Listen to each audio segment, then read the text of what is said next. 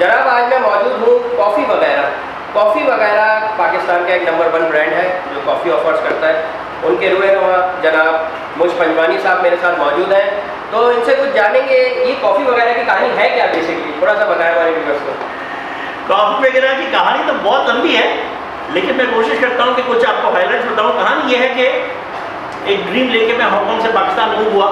ठीक है, ये बात है आज से 5 साल पहले की, जब मेरे ख्याल में पाकिस्तान में कोई कैफ़े नहीं था।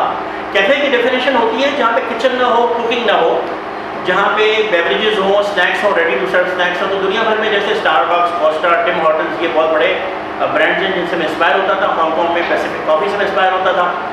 यहाँ पर जो कॉफ़ी शॉप्स हमसे पहले थे वो सारे प्रॉपर रेस्टोरेंट्स थे। रेस्टोरेंट होता है जहाँ पे किचन होता है, खाना बनता है, वहाँ पे लोग जाते हैं नाश्ता करने, लंच करने, डिनर करने के लिए। कॉफ़ी शॉप ऐसी जगह होती है जहाँ पे लोग जाते हैं चिल करने के लिए, जरूरी नहीं है कि कॉफ़ी पीने जाए। और पाकिस्तान में तो कहाँ इतने सारे लोगों को कॉफ़ी पीने का शौक है, लेकिन ऐसी जगह जहाँ पे बंदा बैठ के काम कर सके, ये बड़ी इंपॉर्टेंट एलिमेंट है कॉफ़ी वगैरह का। यहाँ पे वर्क बेंच है, लैपटॉप लगाया, प्लग लगाया, वाईफाई मिल गया, पानी मिल गया फ्री पीने का, पूरा दिन बैठ के काम किया। मिनिमम कितने स्पेंड करने पड़ते हैं उसमें? बस एक कॉफ़ी खरीदनी होती है, ये 320 रुपए की आजकल कॉफ़ी हमारी, तो 320 रुपये आपने खर्च किए, पूरा दिन आप बैठ गए। जबरदस्त। तो वो जब मैं यहाँ पे आया था 5 साल पहले वो ड्रीम लेके, तो उसको कॉफ़ी शॉप वाला आइडिया बिल्कुल लैक कर रहा था और मुझे बहुत बड़ी उसकी पोटेंशियल और अपॉर्चुनिटी नज़र आ रही थी। और ड्रीम ये था कि हम पाकिस्तान में स्टारबक्स बनाएंगे। जबरदस्त। स्टारबक्स का मतलब ये नहीं कि स्टारबक्स कोई बहुत मुझे पसंद है उसकी कॉफ़ी, लेकिन स्टारबक्स उस लिहाज से कि हर गली में कॉफ़ी शॉप हो, पाकिस्तान पूरे पाकिस्तान में हो। फिर उसको हमने सोचा कि 100 आउटलेट्स होने चाहिए, तो उस ड्रीम को लेके हमने काम स्टार्ट किया 2018 में। अच्छा। एक आउटलेट बनाया जहाँ बैठे हुए बदर कमर्शियल, बड़ा क्लियर प्लान था कि अगर ये सक्सेसफुल हुआ मॉडल तो फिर इसकी फ्रेंचाइज प्रोग्राम लॉन्च करेंगे। वो हमने 1 साल के बाद फ्रेंचाइज प्रोग्राम लॉन्च किया। अच्छा। और फ्रेंचाइज प्रोग्राम के बाद फिर कराची में 5-6 आउटलेट्स बनाने के बाद, रिसेंटली लाहौर में भी बनाया। हाँ, तो कराची में 5-6 आउटलेट्स कंप्लीट करने के बाद हम बहरिया टाउन गए, फिर वहाँ से थोड़ा सा आगे हैदराबाद चले गए, अब हम लाहौर चले गए। तो 11 लोकेशन हमने लॉन्च कर दी 4 साल में। रिसेंटली हमें जो है वो fastest growing brand of the year award मिला है, जबरदस्त, जो कि ब्रांड्स फाउंडेशन वाले करते हैं। वो कि पाकिस्तान का one of the most prestigious award है। 2019 में हमें बेस्ट कॉफ़ी प्लेस का अवार्ड मिला था। अच्छा, दूसरा मैं ये आपको एक इम्पोर्टेंट एलिमेंट जो कॉफ़ी वगैरह का वो ये है कि हम ये बिलीव करते हैं कि हर बिजनेस की एक सोशल रिस्पॉन्सिबिलिटी होती है। ठीक है।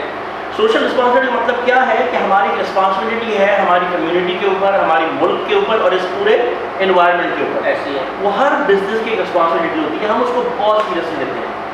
उसकी 2-3 एग्जाम्पल्स मैं आपको जल्दी दे दूँ। एक तो हमारे जो स्नैक्स होते हैं वो होम शेफ्स, विमेन एंटरप्रेन्योर्स बनाते हैं। अच्छा। तो ब्राउनी जो है वो एक खातून की किचन से आती है, कुकी एक दूसरे खातून की किचन से आती है। हमारे सैंडविच में जो बीफ और चिकन जाता है वो किसी खातून के, तो वो हमने एक कम्युनिटी एलिमेंट चूज किया। रोजगार दे दिया। सबसे पहला कम्युनिटी एलिमेंट हमने चूज किया विमेन एम्पावरमेंट, विमेन एंटरप्रेन्योरशिप। ये हमारा बहुत इंपॉर्टेंट एलिमेंट हो गया। दूसरा हमने डिसाइड किया कि हम लो वेस्ट, कचरा पहली बहुत है हमारे मुल्क में, हम कचरा कम से कम करेंगे। सबसे बड़ा कचरा जो कैफेज और रेस्टोरेंट्स में प्रोड्यूस होता है वो होता है प्लास्टिक की पानी की बोतल्स। बिल्कुल ऐसी, जिससे प्रॉफिट भी लगता है। बिल्कुल ऐसी। और बहुत सारी बेची जाती है और बहुत सारा कचरा निकलता है। उसको एलिमिनेट करने का सिर्फ एक तरीका था, वो ये कि हम पानी की बोतल बेचेंगे। अच्छा। अब कहना तो बहुत ही आसान है कि हमें कचरा नहीं करना है, हम इको फ्रेंडली है, लेकिन ऐसा एक्शन मेरे ख्याल में हमारे नाम आज तक कोई ले नहीं सका है। अच्छा। कि उस प्रॉफिट को कॉम्प्रोमाइज़ कर दिया जाए कि हमें वो प्रॉफिट नहीं बनाना है, हम बस प्लास्टिक की बोतलें बेच देंगे। तो हमारे हर आउटलेट पे वाटर डिस्पेंसर रखा होता है जहाँ से पानी फ्री में पिया जाता है। जबरदस्त। तो वो एक 10 ऐसी चीज़ें हैं जिसमें से एक मैंने आपको एग्जाम्पल दी है। हम स्ट्रॉस को डिस्करेज करते हैं, टेक अवे कप्स को डिस्करेज करते हैं, ज़बरदस्ती क्रेडिट कार्ड की रसीद आपके हाथ में प्रिंट करके नहीं देते। किसको चाहिए रसीद क्रेडिट कार्ड? ऐसे में जाने वाला है ना वो। तो ऐसी है। बिजनेस कार्ड नहीं है मेरे पास, बिजनेस कार्ड देते हैं, लेते हैं, क्या होता है कचरा बढ़ता है। व्हाट्सएप तो ऐसी छोटी छोटी चीज़ें हमने एलिमिनेट करी हुई है। इवन चीनी का हम खुद लिक्विड शुगर बना के रखते हैं सामने, ताकि चीनी का छोटा सा पैकेट तो कचरे को कम करना मिनिमाइज कराया एक बहुत ही इंपॉर्टेंट हमारा वैल्यू है। बिल्कुल ऐसी। तीसरी इंपॉर्टेंट वैल्यू है इक्वल अपॉर्चुनिटीज, जिसका मतलब ये है कि जिन लोगों को हम हायर करें उसमें कोई हमारा जेंडर बायस नहीं होना चाहिए, कोई रिलीजियस बायस नहीं होना चाहिए, मुसलमान, क्रिश्चियन, हिंदू, शिया, सुन्नी, मर्द, औरत, ट्रांसजेंडर, सबको वेलकम इक्वल अपॉर्चुनिटीज। तो हम जो है वो शायद फर्स्ट कैफे हैं पाकिस्तान के जहाँ पे ट्रांसजेंडर कम्युनिटी से लोगों को अपॉर्चुनिटी दी गई जॉब की और उनको बरिस्ता बनाया गया। जबरदस्त। तो वो इक्वल अपॉर्चुनिटीज वाली चीज़ है। एक और चीज़ मैं मेंशन करूँगा जी आखिरी, वो है इंक्लूजन। ठीक है। इंक्लूजन का मतलब ये होता है कि जो भी स्पेशल नीड्स वाले लोग या स्पेशल कम्युनिटीज़ हैं उनको किस तरह से इंक्लूसिव किया जाए किसी भी बिजनेस के अंदर। अच्छा। तो उसकी एक एग्जांपल ये है कि जो विजुअली इम्पेयर्ड होते हैं उनके लिए ब्रेल मेन्यू। अच्छा। कितना मुश्किल है ब्रेल मेन्यू बनाना, बिल्कुल मुश्किल नहीं है, लेकिन क्यों किसी को हमसे पहले ख्याल नहीं आया?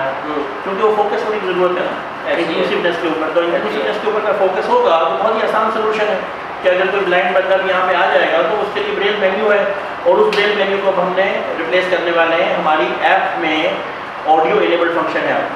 जबरदस्त काम कर रहे हैं। एक दो हफ्ते पहले जो है वो बहुत सारे विजुअल इम्पेयर्ड लोग हमारे मस्कन आउटलेट पे आए थे और उन्होंने खुद सबने डेमोन्स्ट्रेट किया कि हमारी ऐप के थ्रू वो ऑर्डर प्लेस कर सकते हैं। बहुत ज़बरदस्त काम कर रहे हैं नाज़रीन, ये तो इंतहाई 27 के लायक है। अच्छा जनाब, इसी तरह से जो डेफ एंड डम होते हैं जो उनके लिए साइन लैंग्वेज ठीक है, इम्पोर्टेंट है, ज़्यादा मुश्किल नहीं है। हर रेस्टोरेंट और कैफ़े के सारे स्टाफ को आनी चाहिए ताकि अगर आपके पास उस कम्युनिटी में बंदा है तो आप उससे साइन लैंग्वेज में बात कर सकें, हम वो करते हैं। तो ये वो सारी चीज़ें हैं जिससे हम इंक्लूसिवनेस का ख्याल रखें। अच्छा दूसरा जो है, मैं तो आपकी वीडियो देख के काफ़ी मुतासिर होता रहता हूँ माशाल्लाह। जो आप हैप्पी मूड में, एक एनर्जेटिक मूड में ज़बरदस्त तरीके की वीडियोस बनाते हैं, ये क्या कॉन्सेप्ट है आपका? ये तो अलग अलग बातें हैं जी। एक तो बात है हैप्पीनेस वाली, वो एक पूरी उसके पीछे एक अलग साइंस है लंबी चौड़ी सी। पॉजिटिव साइकोलॉजी की साइंस है जो दुनिया भर में पढ़ाई जाती है, पॉजिटिव साइकोलॉजी में बहुत काम हो रहा है। और वो पॉजिटिव साइकोलॉजी का जो समरी है वो ये है कि हैप्पी लोग बेहतर काम करते हैं, हैप्पी लोगों की रिलेशन बेहतर होती है, हैप्पी लोग जो है वो बेहतर कस्टमर सर्विस प्रोवाइड कर सकते हैं, हैप्पी लोग की इनकम भी बेहतर होती है, बिजनेस भी बेहतर होता है, हैप्पी लोगों की रिलेशनशिप बेहतर होती है, हैप्पी लोग बेहतर सेहतमंद और मोर healthier and fitter and more energetic होते हैं। एक और बात ऐड करूँगा, डांस भी बड़ा ज़बरदस्त करता हूँ, अक्सर हमेशा देखता रहता हूँ। वो सब कुछ जो है ना वो हैप्पीनेस एलिमेंट का एक पार्ट है, उसके पीछे एक बहुत बड़ी साइंस है। मैं जो है वो सर्टिफाइड हैप्पीनेस ट्रेनर हूँ माशाल्लाह। कॉर्पोरेट में लोगों को हैप्पीनेस कैसे सिखाया जाता है, हम अपने लोगों को हैप्पी रहना सिखाते हैं, हमने खुद सीखा हुआ है। ज़बरदस्त। उसकी वजह से उनकी लाइफ बेहतर होती है, उनका काम बेहतर होता है। तो एक तो वो एलिमेंट हो गया कि हमारी वीडियोस ऐसी क्यों होती है जिसमें लोग इतने हैप्पी लगते हैं, वो लगते नहीं, वो एक्चुअली है ही अभी। अच्छा। उनको हमने ये नहीं सिखाया कि कस्टमर के सामने कैसे मुस्कुराना है, उनको हम सिखाते हैं कि सुबह आँख खुले तो खुश कैसे उठना है, दिन कैसे खुश गुजारना है, चाहे वो यहाँ पर हो चाहे वो घर पर हो। तो वो एक अलग टॉपिक है। दूसरा जो आप कह रहे हैं कि वो जो वीडियोस हमारी इतनी सारी होती हैं वो एक हमारा मार्केटिंग का तरीका है। मेरा एडवांटेज है कि मेरा बैकग्राउंड ट्रेनिंग और मार्केटिंग में है, तो मार्केटिंग के बहुत सारे तरीके होते हैं, सोशल मीडिया को यूज़ करने के बहुत सारे तरीके होते हैं। हमारा चूँकि तरीका है कि जो चीज़ ह्यूमन के ज़रिए जो चीज़ कम्युनिकेट की जाए उसको फ्लैट डिज़ाइन के ज़रिए हम कम्युनिकेट कोशिश करते हैं कि ना करना पड़े। फिर पहले तो सिर्फ मैं करा करता था, हमारी सारी टीम में बहुत सारे लोग ऐसे हो गए कि जो कैमरे के सामने आने से बिल्कुल घबराते नहीं, क्योंकि हमने उनको इतना कॉन्फिडेंस दिया हुआ है अभी। तो इसीलिए बहुत सारे मौक़ों पे आपने देखा होगा कि पूरी टीम वीडियो में नजर आ रही है डांस करते हुए या कुछ करते हुए। तो ये पूरा एक हैप्पीनेस भी इसमें एक एलिमेंट है, ये हमारा मार्केटिंग का इतना स्टाइल है, वो भी इसका ताल्लुक है। सर आपकी जो है रमज़ानों में एक वीडियो देखी गई थी जिसमें आपने रुअफ़ज़े के साथ कॉफ़ी पी थी, वो मतलब बड़ा ही ज़बरदस्त एलिमेंट आपने यूज़ किया था, उसका क्या कारण है? तो देखें हर ब्रांड का एक लोकल वर्जन होता है। जब पिज़्ज़ा हट यहाँ पे आया तो उसने पहली मरतबा चिकन टिक्का डाला पिज़्ज़ा में, दुनिया भर में वही होता ना चिकन टिक्का, लेकिन पाकिस्तान में चिकन टिक्का डाला जाता है। ऐसी है KFC वाला जी, यहाँ के लोकलाइज कुछ चीज़ें हैं जो डालता है। कॉफ़ी में भी ऐसे होता है, ठीक है। दुनिया भर में कॉफ़ी डिफरेंट तरीक़ों से बनाई जाती है। वियतनाम के अंदर और थाईलैंड के अंदर कंडेंस्ड मिल्क अच्छा वो डाला जाता है में बनती है कॉफ़ी, जो कि ठेले पे मिलती है। हर गली के कोने पे ठेला होता है कॉफ़ी का, और वो कॉफ़ी कैसे बनती है, चूल्हे पे पकती है, कंडेंस मिल्क और कॉफ़ी को यूं करके हिलाया और वो देती है। ट्रेडिशनल उनका तरीका है, इसमें ट्रेडिशनल और कल्चर भी ऐड हो जाता है। आप इवन अंडे में कॉफ़ी ऐड होती है कुछ कंट्रीज के अंदर। अच्छा। कॉफ़ी के अंदर हर किस्म के फ्लेवर्स ऐड करता है, स्टारबक्स खुद करता है, पम्पकिन डाल देता है उसके अंदर, पम्पकिन स्पाइस लाटे। अच्छा। तो हम क्या डालेंगे, इडली के अंदर आइसक्रीम पे कॉफ़ी डाली जाती है तो अफोगाडो बन जाता है। तो हम क्या करेंगे, रूम का लस्सी आपने लस्सी में भी कॉफ़ी डाली है, एक नया फ्लेवर आ जाता है। कॉफ़ी के अंदर रोज़ा डालें, जैसे आप जो पी रहे थे वो वनीला फ्लेवर था, जी जी, तो वनीला और कैरेमल डाल सकते हैं, तो रोज़ा भी डाल सकते हैं, ये सिंपल सी बात है। तो वो उसके पीछे आइडिया ये था कि वो गर्मियों का स्पेशल बेवरेज था जी, और वो इतना पॉपुलर हुआ कि वो हमारे मेन्यू में ऐड हो गया, शामिल हो चुका है। इसी तरह से सर्दियों में हमने जो है वो इलायची और गुड़ और हल्दी और ज़ाफ़रान और ये सब कुछ डाल के, हनी डाल के स्पेशल कॉफ़ी बनाई थी, उसका नाम था सर्दी चीनो। अच्छा, वो जो रोज़ वाली है उसका नाम गर्मी चीनो है। गर्मी चीनो। इसी तरह एक सर्दी चीनो बनाई थी, वो इतनी पॉपुलर हुई कि वो हमारे मेन्यू का हिस्सा बन गई है। ये दोनों चीज़ें एज ए स्पेशल कॉफ़ी वगैरह की। बिल्कुल। तो आपका बहुत बहुत मैं शुक्रगुजार हूँ, आपने अपने कीमती वक्त में से हमें टाइम दिया। तो नाज़रीन, आज हमने मुझ पंजवानी साहब से मुलाकात कराई, बहुत ही दिलचस्प इनकी कहानी सुनी और थैंक यू सो मच। आप प्लीज़ कहते हैं वर्ल्डनामा को सब्सक्राइब कर दें।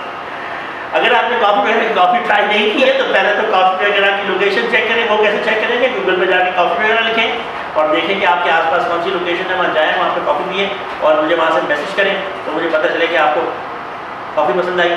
और ये वर्ल्डनामा को सब्सक्राइब करें, इसमें काफ़ी इंटरेस्टिंग वीडियोज़ हैं और सबसे इंटरेस्टिंग वीडियो तो अभी पोस्ट होने वाली है। थैंक यू सो मच, अल्लाह हाफ़िज़।